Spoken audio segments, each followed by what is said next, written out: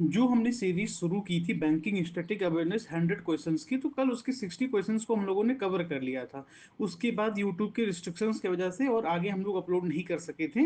तो 61 आज क्वेश्चन से हम लोग डिस्कशन स्टार्ट करेंगे और कंप्लीट 100 कर देंगे इसको। तो 61 क्वेश्चन पूछा जा रहा है कि what does L stand for in LIBOR. ये लिबोर क्या है बेसिकली, तो LIBOR is London inter bank offered rate. तो लिबोर ये इसका फुल फॉर्म बहुत इंपॉर्टेंट होता है, कई एग्जामिनेशंस में बहुत अधिक इंपॉर्टेंस लेता है ये। और इसमें एल का मतलब होता है एल का मतलब होता है लंदन। अब इसके अलावा इसमें ओ का भी मतलब पूछ लेता है, लेकिन इतना अधिक इंपॉर्टेंट एल ही होता है क्योंकि इंटर बैंक ऑफर्ड रेट तो आप लोग गेस भी कर सकते हैं। इसके अलावा which of the following is the money market instrument. Money market instruments कौन सा है, शेयर, ट्रेजरी बिल्स या डेवेंचर्स या बॉन्ड्स। तो मनी मार्केट जो इंस्ट्रूमेंट है वो ट्रेजरी बिल्स है। अगर गवर्नमेंट को मार्केट से फंड उठाना रहता है यानी मार्केट से लिक्विडिटी को कम करना रहता है, तो वो क्या करती है, ट्रेजरी बिल्स को इशू कर देती है। और उससे क्या होता है कि लोग बैंकों को कहते हैं खरीदो ट्रेजरी बिल्स, कंपलसरी बोल देती है। तो क्या होता है, वो जब ट्रेजरी बिल्स खरीदते हैं तो उनका मनी अपने पास रख लेती है आरबीआई बेसिकली।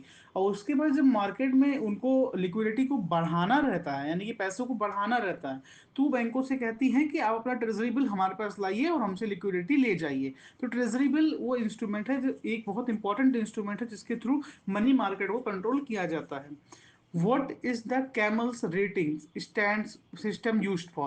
तो ये रेटिंग्स ऑफ बैंक्स है, इसमें इतना अधिक इंपॉर्टेंट है ये, क्योंकि ये पूछ जाता है कि कैमल्स रेटिंग किससे रिलेटेड है। तो रेटिंग ऑफ बैंक्स, बैंक्स की रेटिंग होती है, कई पैरामीटर्स पर ये रेटिंग हर साल पब्लिश होती है। Who is the custodian of foreign exchange in India. पैसे की कहीं पर भी वैल्यू है तो उस सब का आरबीआई ही कस्टोडियन है, समझ जाइए। आगे बढ़ते हैं, which was the first bank to nationalise in India. तो आरबीआई पहला बैंक था नेशनलाइज्ड होने वाला। अगर आरबीआई ऑप्शन में नहीं रहेगा तो फिर एसबीआई है 1955 के साथ। लेकिन आरबीआई भी बैंक है तो इसलिए इसको भी कंसीडर किया जाता है। तो RBI is the first bank which is nationalised in 1949 and established in 1935 as per the RBI Act 1934. What is the minimum amount for opening a fixed deposit?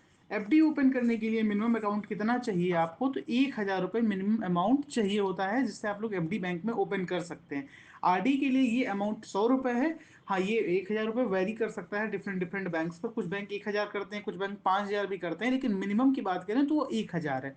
और आरडी के लिए मिनिमम 100 रुपये है। प्रायोरिटी सेक्टर लैंडिंग जो ये PSL होता है, बहुत मतलब इस सेक्टर मतलब कुछ सेक्टर्स को गवर्नमेंट ने डिफाइन कर के रखा है जो कि प्रायोरिटी सेक्टर होते हैं। उनके लिए बैंक्स को एक टारगेट दे करके रखता है कि जो उनकी पूरी लेंडिंग है यानी कि अगर वो 100 रुपये लोन दे रहे हैं तो उसमें से 40 रुपये ये पीएसएल को लोन जाना चाहिए। तो 40% डोमेस्टिक कॉमर्शियल बैंक्स के लिए है, इंपॉर्टेंट है। आरआरबी के लिए ये आंकड़ा और बढ़ जाता है। तो पीएसएल के जो टारगेट है डोमेस्टिक कॉमर्शियल बैंक्स के लिए वो 40% है। व्हाट इज द डीमेटरलाइजेशन या डीमेंट। तो converting physical share certificate into electronic form. आप लोगों ने बहुत सुना होगा कि डीमेट अकाउंट खोल लीजिए, डीमेट अकाउंट खोल लीजिए जेरोधा पर या जो मतलब अजीब सा बहुत सारे प्लेटफॉर्म इस समय तो हैं। तो वो क्या होता है कि जो आपके पहले क्या होता था, अगर आप शेयर खरीदते थे तो आपको सर्टिफिकेट मिलता था, उसका एक डिजिटल फॉर्म है, इलेक्ट्रॉनिक्स के रूप में उसका फॉर्म है ये। तो डीमेंट और कुछ नहीं है, शेयर का ही जो फिजिकल शेयर होते थे उसी का एक इलेक्ट्रॉनिक फॉर्म है। Mudra loans are provided for micro enterprises. Mudra loan किसे दिया जाता है, माइक्रो एंटरप्राइजेस को। What is the full form of FCNR. FCNR का फुल फॉर्म क्या है, foreign currency non resident. Important है, फुल फॉर्म बहुत सारे कवर कर चुके हैं। आज है एफसीएनआर किसका का फुल फॉर्म क्या है, तो फॉरेन करेंसी नॉन रेजिडेंट। अब which bank is the sponsored bank for regional rural bank. तो अब रीजनल रूरल बैंक जो भी आरआरबीज हैं इनका स्पॉन्सर बैंक कौन होता है, तो जितने भी पब्लिक सेक्टर बैंक्स हैं यही स्पॉन्सर होता है। जैसे उत्तर प्रदेश की बात करें तो बैंक ऑफ बड़ौदा यहाँ का स्पॉन्सर बैंक है। इसी के हिसाब से कई सारे अलग अलग जगहों पर एसबीआई कई जगह पर होगा। लेकिन ये इंपॉर्टेंट ये है कि पब्लिक सेक्टर बैंक होते हैं, पीएसबी से मतलब गवर्नमेंट बैंक जो है, जिसमें गवर्नमेंट की शेयर होल्डिंग 50% से अब है। और जो भी प्राइवेट सेक्टर है वो नहीं, स्पॉन्सर बैंक होना is compulsory for public sector bank. आगे बढ़ते हैं, what is core banking solution, CBS क्या होता है। ये networking of branches that allows customer to operate account from any branch. आपने कहीं से भी ओपन कर लिया है, और आप कहीं मान लीजिए आपने किसी एक कानपुर से किया है और आपको दिल्ली में ऑपरेट करना है, तो ये आपको कैसे पॉसिबल है? तो ये कोर बैंकिंग सोल्यूशन के थ्रू ही पॉसिबल है कि एक networking of branches that allow customer to operate accounts from any branch. Deflation क्या होता है? ये जनरल डिक्लाइन, अगर इन्फ्लेशन मीन्स प्राइजेस बढ़ गया, इन्फ्लेट कर गया गुड्स एंड सर्विसेज के, और डिफ्लेशन मीन्स प्राइजेस डाउन हो गया। तो deflation means a general decline in prices for goods and services. The headquarter of world bank is located in Washington DC. आगे बढ़ते हैं। What is the maximum amount under Shishu category for Mudra? Mudra में अलग अलग categories होती हैं, शिशु, तरुण। तो इसमें जो शिशु कैटेगरी है, तो इसमें मैक्सिमम अमाउंट कितना मिल सकता है? 50,000 रुपये मिल सकता है अंडर मुद्रा लोन। आगे बढ़ते हैं। Which of the following is not an asset for bank? Customer deposit. Customer deposit उसका एसेट्स नहीं होता है, लाइबिलिटीज होती हैं। लोन जो दिया जाता है वो एसेट हो गया, कैश इन वॉलेट एसेट्स हो गया, इन्वेस्टमेंट्स इन गवर्नमेंट सिक्योरिटीज वो एसेट्स हो गया। लेकिन जो कस्टमर डिपॉजिट करता है वो क्या होता है? वो लाइबिलिटीज होती हैं बैंक की। Open market operation, OMO involves the sale and purchase of. Open market operations क्या होता है? जो गवर्नमेंट कुछ सिक्योरिटीज को रिलीज करती है, उनका ही खरीदा और बेचा जाना, इसको बोलते हैं ओपन मार्केट ऑपरेशंस। तो ओपन मार्केट ऑपरेशन किसका सेल और परचेज को इन्वॉल्व करता है? तो गवर्नमेंट सिक्योरिटीज को। What does R stand for? R stand for in BCS BI। तो इसमें R stands for राइट्स। ये BCSBI है क्या? Banking codes for standards board of India. तो इसमें R क्या है? आप लोग राइट्स। तो ये इंपॉर्टेंट है, इतना याद रखिएगा। BCSBI। अब ये राइट्स यहाँ पर आप लोगों को ये गलत दिख रहा होगा, क्योंकि ये बी है, आर पूछा ही नहीं गया, ये किसी और चीज़ का फुल फॉर्म है। यहाँ पर आप लोगों से पूछा गया था बी का फुल फॉर्म, सेकंड बी का फुल फॉर्म, तो इसका फुल फॉर्म बोल्ड था, लेकिन यहाँ पर ये मिसप्रिंटिंग है, इसको सही कर दिया जाएगा। ये आर किसी और चीज़ में था, ये राइट्स वो किसी और पीडीएफ का था। ये what is the dormant account? अगर आपका अकाउंट में कोई भी ट्रांजेक्शन 2 साल तक नहीं होता है, तो एज पर आरबीआई गाइडलाइंस वो कैसा अकाउंट ट्रीट होता है? डोरमेंट अकाउंट की तरह वो ट्रीट होता है। तो अगर आपका अकाउंट, जैसे आपने अकाउंट किसी बैंक में खुला लिया है और आपने कुछ और पर्पस के लिए दूसरे बैंक में अकाउंट ओपन करा लिया है और पहले बैंक का आप यूज करना ही भूल गए, कोई भी ट्रांजेक्शन 2 साल तक नहीं किया, तो आपका वो डोरमेंट अकाउंट में कंसीडर हो जाता है। Which organization acts as the settlement house for interbank payment in India? NPCI is the organization acts as the settlement house for the interbank payments in India. NPCI। ठीक, UPI भी इसी का product है। अब आगे बढ़ते हैं। ग्राहम्स लॉ क्या कहता है? Bad money drives out good money. Bad जो गाला मतलब का बैड मनी से यहाँ पे बुरा धन नहीं, कोई धन होता है, लेकिन ग्राहम्स का एक रूल था कि bad money drives out good money. बुरी मनी ही अच्छी मनी को ड्राइव आउट कर सकती है। ये इतना बहुत, ये तो डिटेल चीज चला गया, लेकिन इतना समझ लीजिए कि अगर कहीं पूछ लेता है तो बस जान लीजिएगा bad money drives out of good money. What is the maturity period of public provident fund? PPF का मैच्योरिटी पीरियड क्या होता है? 15 साल होता है। बहुत इंपॉर्टेंट सवाल है ये। Who science the 1 rupee currency note in India? Bharat में जो भी 1 रुपए के डायमेंशन से ऊपर के नोट हैं, जैसे 5 रुपए का भी नोट आता है, 10 रुपए का भी आता है, बाकी सारे नोट्स पर साइन जो रहेंगे वो आरबीआई गवर्नर के रहेंगे। लेकिन 1 रुपए का जो करेंसी नोट रहता है उस पर फाइनेंस सेक्रेटरी के साइन रहते हैं। ये बहुत इंपॉर्टेंट हो जाता है, क्योंकि 1 रुपए में भी आरबीआई गवर्नर लगा करके लोग चले आते हैं, तो वो गलत है। 1 रुपए में किसका साइन होता है? फाइनेंस सेक्रेटरी का। 84वां question. What is the bank का इंश्योरेंस? अब बैंक का इंश्योरेंस ये होता है कि insurance product through bank sale करो। यही मेन टारगेट का बेसिस होता है बैंक में, कि आप लोग इंश्योरेंस प्रोडक्ट्स को भी सेल करो। अगर बैंक कोई इंश्योरेंस प्रोडक्ट सेल कर रहा है, यानी उसका किसी इंश्योरेंस ऑर्गेनाइजेशन के साथ टाई अप हुआ है, उस टाई अप को बैंक का इंश्योरेंस टाई अप कहते हैं। और बैंक का इंश्योरेंस क्या कहते हैं? Selling insurance product through bank branches. What is the first payment bank in India? तो इंडिया का पहला पेमेंट बैंक कौन था? Airtel payment bank. Payment bank किस कमेटी के रिकमेंडेशन पर आया था? कमेंट करिएगा ये, अदरवाइज टेलीग्राम पर आइएगा, वहां पर ये क्वेश्चन पूछा जाएगा, वहां पर आपको इसका आंसर पता चलेगा। What is vostro account? Vostro account क्या होता है? योर अकाउंट विद अस, यानी कि मतलब वॉस्त्रो नॉस्त्रो विदेशों में जो बैंक के अकाउंट ऑपरेट होते हैं वहां पर ये चीज यूज होती है। सपोज करिए योर अकाउंट विद अस, माने कि वहां पर किसी एक बैंक की ब्रांच है, सपोज करिए, और मान लीजिए एसबीआई की ब्रांच है किसी देश में, और बीओबी को भी वहां पर ऑपरेट करना है, और बीओबी को भी वहां पर ट्रांजैक्शन, वहां की मुद्रा में कोई व्यापार करना है, तो वो किसके थ्रू करेगा? वो एसबीआई के थ्रू करेगा। तो क्या है, योर अकाउंट विद अस। आप तो एसबीआई उससे बोलेगा आपका अकाउंट हमारे पास है, तो सिंपल वोस्त्रो यही होता है कि योर अकाउंट विद अस। नोस्त्रो इससे अलग होता है। The first joint stock bank of India with limited liability was Awadh commercial bank. मतलब लिमिटेड लाइबिलिटी इतना मत याद रखिए, इतना याद रखिए ज्वाइंट स्टॉक बैंक कौन सा था? तो अवध कॉमर्शियल बैंक भारत का पहला ज्वाइंट स्टॉक बैंक था। What is the full form of REER? Real effective exchange rate. अब इसमें किसी का भी पूछ सकता है, ई का इफेक्टिव भी होता है, लेकिन अगर ये बोलेगा कि फर्स्ट ई तब इफेक्टिव, सेकंड ई तो एक्सचेंज, फर्स्ट आर तो रियल, लास्ट आर तो rate. Special drawing rights, SDR is the currency of IMF। IMF की करेंसी होती है, मतलब ये लीगल नहीं होती, कहीं चलती नहीं है, लेकिन एक सिंबॉलिक है, बस इतना याद रखिएगा। Special drawing rights is the currency of IMF। Which committee recommend the merger of public sector bank? तो नरसिम्हन कमेटी, ये सेकंड वाली जब बनी थी, RRB के बाद वाली, उसने रिकमेंड किया था कि बैंकों का मर्जर करो। मानी जब बड़ी बैंक रहेगी तो उसका ऑपरेशन करना, उसको हैंडल करना इजी रहेगा। तो ये नरसिम्हन कमेटी का रिकमेंडेशन था कि पब्लिक सेक्टर बैंक, सरकारी बैंकों का मर्जर करो। What is the maximum deposit limit in the saving account for a minor? Minor के लिए कोई भी इसमें ऐसा नहीं कोई लिमिट सेट है।